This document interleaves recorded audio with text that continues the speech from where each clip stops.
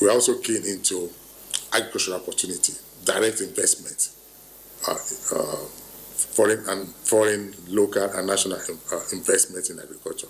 And some of these people, they're actually into establishing a rice mill. Some of them want to fill their mill with ofada rice. We also have a project we are doing, IFAD, federal government project, and they're also supporting young people into growing ofada rice. So we're growing rice in 8 local government areas in the state. Because our farmers have not been adopting good agronomic practices, that has denied them the reward of having higher yields on their father farm. Good agronomic practices are deployed. Our father rice can also yield as much as 3 to 4 tons in an upland area, and more than that in lowland area. We have different ofada that people are doing from different states. The real ofada is from Ogun State, and we have it. And we are bold enough to tell you we have ofada gold. We have 2 types of ofada. There is ofada, white ofada, and gold ofada. This one we planted is all gold, ofada gold. When you even, people that have diabetes, they even rush. Doctor used to tell them that they should go for ofada instead of those white one. Perhaps with more efforts in ofada rice production, the Gateway State has a future among states contributing to Nigeria's foreign exchange earnings in the world of agriculture.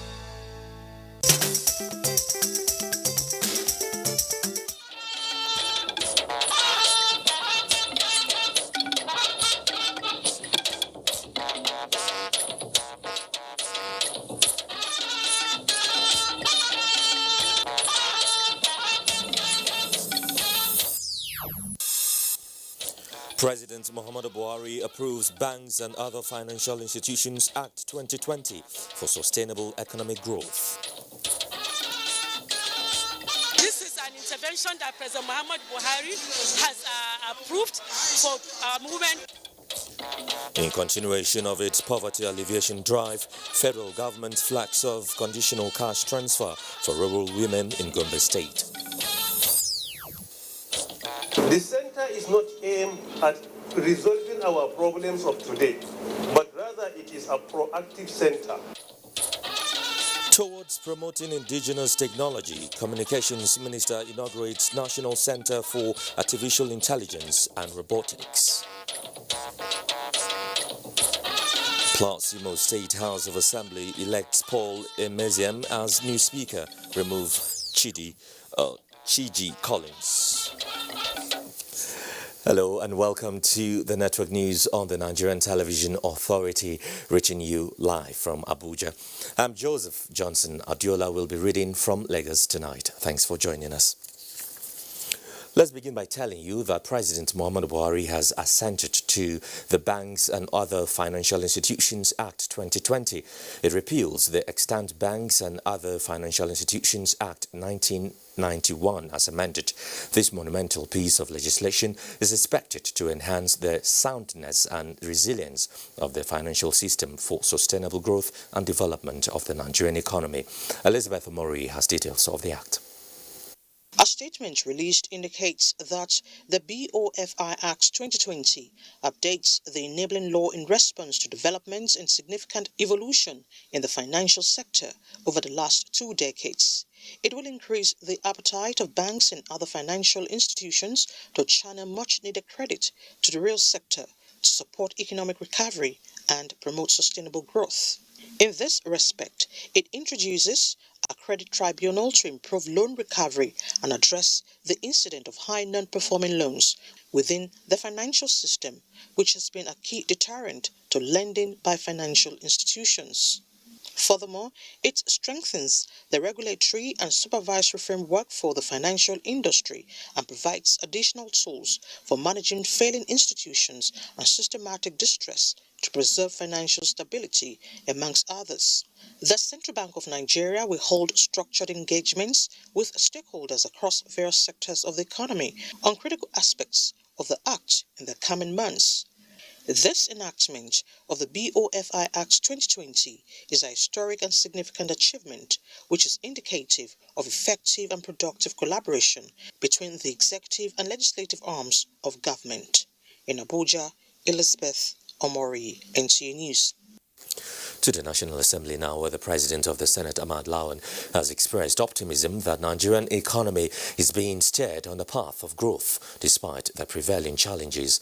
A statement by the Special Advisor to the President of the Senate on Media and Publicity, Ola Owoni, says Senator Lawan spoke at the Nigeria International Monetary Fund Article 4 consultation virtual exercise, where he listed efforts being made by the Nigerian government, which include anti-corruption fight and promoting economic growth and reducing poverty in the country, and observes that the nation is in the path of growth, focusing on sustaining investment in all ramifications, in spite of the setback caused by COVID-19. The President of the Senate said the National Assembly had been as responsive as possible in the provision of legislative support to people-oriented proposals, explaining that the 2021 budget currently being processed by the National Assembly is aimed at addressing the prevailing challenges, including unemployment.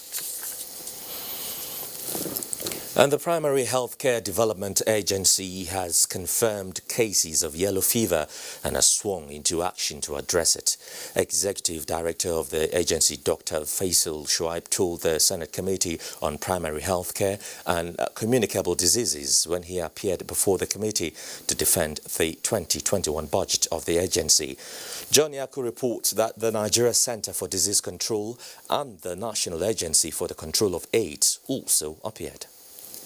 They have yellow fever outbreak in some part of the country.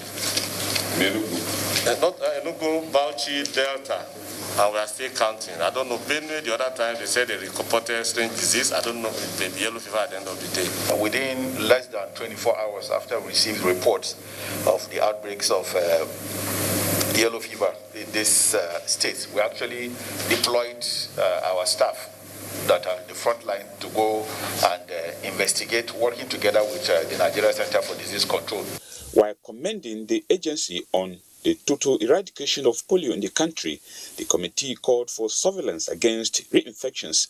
Meanwhile, the Nigeria Center for Disease Control was urged to replicate the model of COVID-19 isolation center in Gwagwalada across the 36 states of the Federation as a permanent health response facility during emergencies. Chairman of the committee, Chukwuka Otaze, said this investment in the health sector will prepare the country to face future health emergencies. Nigerians were used to our being reactionary. Anytime we have issue, we run, let us get a fighting approach. Once it is over, everybody goes. For this model, awards have been given through the Regise project for 5 new centers about 5 months ago, but the process has just been finalized in Enugu, Lagos, Port Harcourt, Kano, and Ilorin. The National Agency for the Control of AIDS, on its part, wants to empower people living with HIV to reduce infections in the country. Poverty makes them vulnerable, and because of that, they engage in risky behavior. Polio has left Nigeria. We're also expecting that in no distant time, HIV will be a thing of the past. John Yaku, NTA News. Meanwhile, the Nigerian Air Force will next year acquire 3 Thunder aircrafts from Pakistan and 8 unmanned aerial vehicles from China. Chief of the Air Staff and Air Marshal Sadiq Abubakar said this during a budget defense engagement with the House of Representatives Committee on Air Force. National Assembly correspondent Lami Ali reports. The expected deliveries in 2021, said the Air Chief, also include Super Tucano aircrafts to beef up its fleet of newly acquired military hardware. The 22 aircraft we have acquired, and we are expecting 17 more. In addition to that, we are hoping to get 3 special mission aircraft under the Deep Blue project. Present administration, so we have to commend them for doing that, because I believe they have done that because of the role of the Nigerian Air Force in the fighting of terrorism and other banditry across the Federation. The proposed budget estimate of the Nigerian Air Force for 2021 is more than 142 billion naira. As a budget defense session with the House Committee on National Planning and Economic Development with the Nigerian Institute for Social and Economic Research, the committee urged the management to improve on performance. So much that you don't provide, that need to be provided. It's not for me, it's for good and for committee to show that we do a proper job. The National Assembly Service Commission was also with the House Committee on Public Service Matters to defend its 2.7 billion naira estimate. Meanwhile, the House Committee on Healthcare Services has visited the Nigeria Center for Disease Control to verify its 2020 budget performance. From the beginning of the outbreak, your support has really enabled us to push forward and do a lot of the work that we have done. The need for more funding, especially to ensure health security, and then to also ensure that the sustainability of what has been allocated to them previously in the Basic Healthcare Provision Fund. The committee said MDAs must back financial claims with records. Lami Ali, NTA News. The federal government has flagged off the conditional cash transfer for rural women in Gombe State. Zara Umar Adamu reports that 2 ministers flagged off the Women Economic Empowerment Program. The grant for rural women is part of President Buhari's social inclusion agenda. It is designed to provide cash grant to vulnerable women in Nigeria with the hope that beneficiaries will make good use of the opportunity to increase their income. This is an intervention that President Muhammad Buhari has approved for women to be supported so that they can earn their own livelihood. It is a grant the President has given out to support women to uplift their businesses. Very grateful to Mr. President for remembering Gombe people with this grant. To the beneficiaries, the grant is life-saving. Thank you, thank you, thank you, thank you. We say thank you, sir. And I'm very, very grateful. I'm praying for them. May God continue to protect them and open doors for them. Receiving the ministers, Governor Inuwa Yahya lauded the federal government for coming to the aid of women in the state. 1,000 vulnerable women, including widows, are to benefit from the cash grant in Gombe State. Zara Umar Adam, NTA News. The United States of America is once again expressing its readiness to collaborate with the Palace of the Oba of Benin in the fight against human trafficking and the promotion of youth empowerment. The political and economic chief U.S. consulate in Lagos, Mr. Brandon Hudspeth, was speaking when he led the U.S. mission delegation on a courtesy visit to the Oba Igware II. Goodluck Enaine reports. Mr. Hudspeth is 2 months old in office. He is at the palace of the Oba of Benin to intimate him on his readiness for the job. The U.S. envoy, who applauded the royal father for his efforts in checking human trafficking, says partnering the palace will yield more results. It is our great pleasure to be able to come and hear those reforms and hear the types of steps that your Royal Majesty sees the vision of your kingdom. Oba Ewai, who described the visit as timely, expressed optimism that the collaboration will go a long way to assist in changing the narratives. We shall be talking to you if it is possible to discuss how America and Benin can cooperate in economic terms to assist government efforts.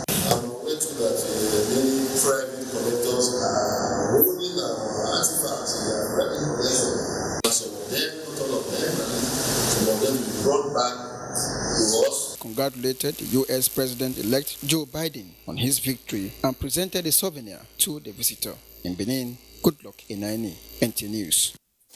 Let's pick up from there now, because U.S. President Donald Trump attacks vote machines, saying thousands of votes were stolen as cybersecurity officials say election was, quote, secure. This is just as China becomes one of the last major countries to congratulate U.S. President and Vice President-elect nearly a week after the clinched victory in November 3 polls. Details with Justin Bemwe. Federal and state cybersecurity officials who worked to protect the U.S. 2020 presidential election from misinformation and interference have delivered a direct rebuke to Donald Trump, who continues to allege election irregularities and widespread fraud for which there is still no evidence. Chris Krebs, the Cybersecurity and Infrastructure Security Agency director, said the 3rd November vote had been the most secured in history and that Americans should trust the election result. Mr. Trump, meanwhile, spent Thursday night on Twitter and claimed without basis that the horrible, inaccurate, and anything but secure vote machines used across the United States had allowed thousands of votes to be stolen and handed to his opponent, Joe Biden. In the meantime, China has congratulated U.S. President-elect Joe Biden, who won the November 3rd election nearly a week after the former vice president clinched enough states for the win. China's Foreign Ministry spokesman, Wang Wenbin, said at a daily news briefing where he extended a congratulatory message that China respects the choice of the American people. Justin Bemwe, NTA News. Back up now, following the approval of the President for enrollment of new members into the All Progressives Congress, a leading member of the party, Abdulaziz Yari, has commended the move, describing it as a step in the right direction. The former governor of Zamfara State also comments on the efforts of the Mai Bala Muni-led reconciliation team. The performance, sincerely speaking, you can see that the APC is calm and no complaint. But usually, there's no how you put like 20 million people doing one thing, they will not have complaint. A country of 200 million people, even those members that are not members of the party, they will actually they are members of the party because the government that is the party that ruling the government in the country. So therefore, but the lead Boni Memala administration of the caretaker, they are doing a very good job. They are good. They are going slowly but steady. Abdulaziz Yari spoke to State House correspondent Gideon Ifade after a courtesy visit to the Vice President. Now, Speaker Imo State House of Assembly Chi Collins has been removed. He was removed by 23 out of 27 members of the House at an emergency plenary held at the Assembly chambers. The 23 members have elected the member representing Unuimo State constituency, Paul Emeziem, the new Speaker of the House. Paul Emeziem is from same senatorial zone as the former Speaker, Chi Collins, who represents Isiala Mbano State constituency in the Imo State House of Assembly.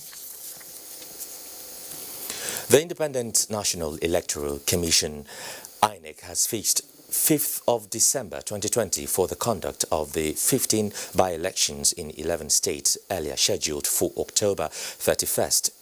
INEC National Commissioner for Information Festus Okoye in a statement indicates that the new date was taken after a series of stakeholders meetings. INEC appeals to voters and stakeholders in the state with pending by-elections to continue to cooperate with the Commission in its efforts to deliver credible elections under a safe environment. All right, let's just pause here for some messages now. Stay with us. The news returns shortly. The Council of Our Fathers. My advice to these young people is please do not take us back to those harrowing days. You probably do not know what it is. Nigerian youths, let's build our nation together.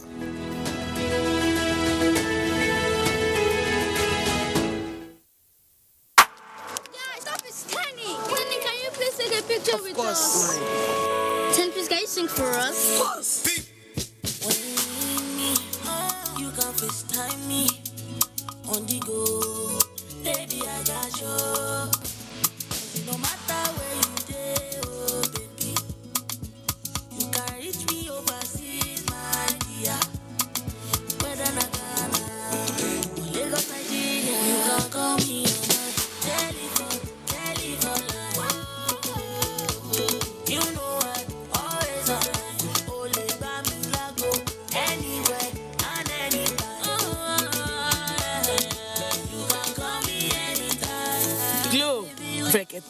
Introducing Berekete. Activate a new Glow SIM and get 600 Naira free credit plus 700% bonus on every recharge and up to 100% bonus on data plans. Glow Unlimited.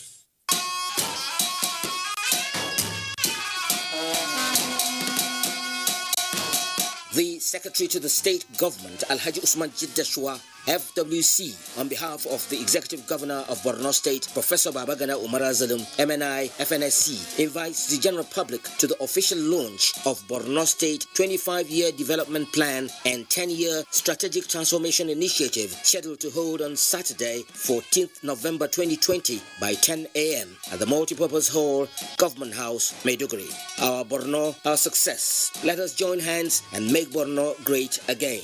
Signed, Babakura Abajato, Honorable Commissioner for Home Affairs, Information and Culture for Local Organizing Committee. On behalf of the Director General, Management and staff of the Nigerian Television Authority, NTA, I thank all invited stakeholders who graciously graced the launch of the Stand Against Rape and Rapist, STAR, which was recently held at the NTA Arena, and who made the event a great success. Thank you. This is also an invitation to other stakeholders who are interested to be willing partners against the scourge. The launch signifies the official takeoff of the fight against the menace of rape and rapists. Please take a stand today to rid the society of these ugly blight in the nation's development. Adisa Abu Lawal, Chairman, Local Organizing Committee. Announcer. Mommy is back! Guess what's inside? Chocolate. Biscuit. Our new toothpaste, Colgate Maximum Cavity Protection. Why are we changing our toothpaste? Because with Colgate Maximum Cavity Protection, I can be sure your teeth are cavity-free. Cavity? What cavity? Let me show you. Most toothaches are caused by tooth holes called cavities.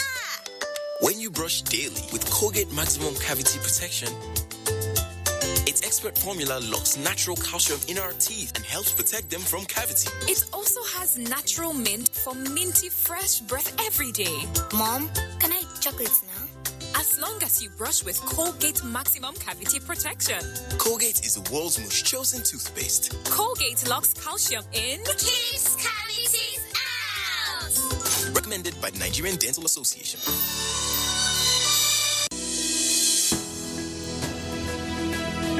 A scorecard like no other.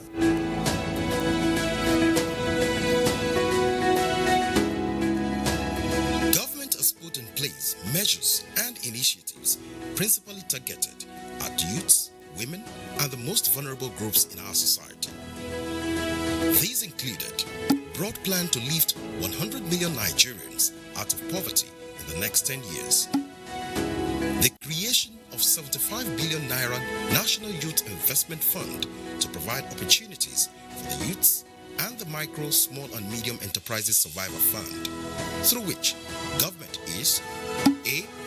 Paying 3-month salaries of the staff of 100,000 micro, small and medium enterprises. B. Paying for the registration of 250,000 businesses at the Corporate Affairs Commission. C.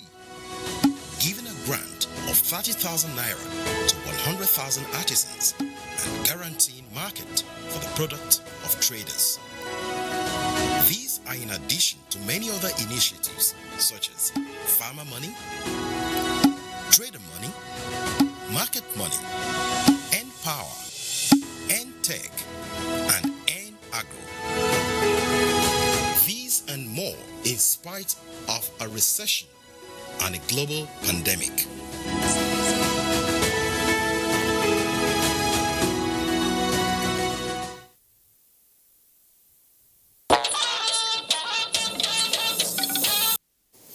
Glad to have you back. You're still watching NTA Network News with me, Joseph Johnson. Now let's talk technology, because Nigerian innovators now have another digital platform where they can harness and develop their skills in emerging technologies following the inauguration of a National Center for Artificial Intelligence and Robotics. Well, earlier in the day, I was at the center where the Minister of Communications and Digital Economy, Issa Pantami, inaugurated the project. This is the National Center for Artificial Intelligence and Robotics. It was constructed by the National Information Technology Development Agency, NITDA, and equipped with state-of-the-art facilities. The Minister of Communications and Digital Economy, Issa Ali Pantami, and the Director General NITDA, Inua Kashifu, while inaugurating the edifice, were unanimous that the center will foster the development and practical application of emerging technologies for sustainable socio-economic development. The center is not aimed at resolving our problems of today, but rather it is a proactive center that we try to predict what we anticipate to happen in the next 2, 3, 5 or 10 years. And it is going to enable at least 5 pillars of the 8 strategic pillars of National Digital Economy Policy for Digital Nigeria. The project, many here say, is yet another milestone towards achieving a digital Nigeria. And with the inauguration, the center, as expected, will be witnessing lots of activities. But the major focus will be on prepping Nigeria for the 4th Industrial Revolution. From the National Center for Artificial Intelligence and Robotics in Abuja, Joseph Johnson, NTA News. We go in AI now. Interesting development, isn't it? Imagine complexities and continued commitment in addressing critical demographic issues through regional efforts is engaging attention of stakeholders towards actualizing Nairobi Summit on Population Development. Abubakar Usman Akwanga reports that the National Population Commission is also championing the efforts. Nigeria, as one of the largest population destinations in the world, is already toying the path of sustaining greater commitment in narrowing the gaps of poor reproductive and maternal health services, as streamlined in the summit resolutions after 12 months of multilateral endorsement. When all hands are on deck, Nigeria will be able to further narrow the gap and attain the goals set with sister nations. So far, Nigeria has remained steadfast in tackling reproductive and maternal health challenges and other gender-based issues, which are the main focus of the Nairobi Summit, aimed at providing access to quality health services. The National Family Planning Scale-Up Plan was recently launched, and policies on adolescent health development and gender in health are at an advanced stage of completion. Other top issues like early marriage, domestic violence, rape, and harmful cultural practices are gaining advocacy support by stakeholders to minimize impact of the health and social crisis among young population. Ahead of the 2030 goal, another decade we have to reaffirm ourselves to these goals. It's a decade of action, and it's a decade we must not waste. The renewed vigor at the first anniversary of African endorsement of Nairobi Summit after 25 years journey in Ethiopia is to race to the finish line in achieving universal health coverage and quality population. In Abuja, Abubakar Usman Akwanga, NTA News. The Nigerian Union of Traders Association in Ghana, NUTAG, has presented a letter requesting the Nigerian government to facilitate their evacuation from Ghana. NITCOM says 753 members signed to be supported to return home. NITCOM has therefore received a delegation led by President, National Association of Nigerian Traders, Dr.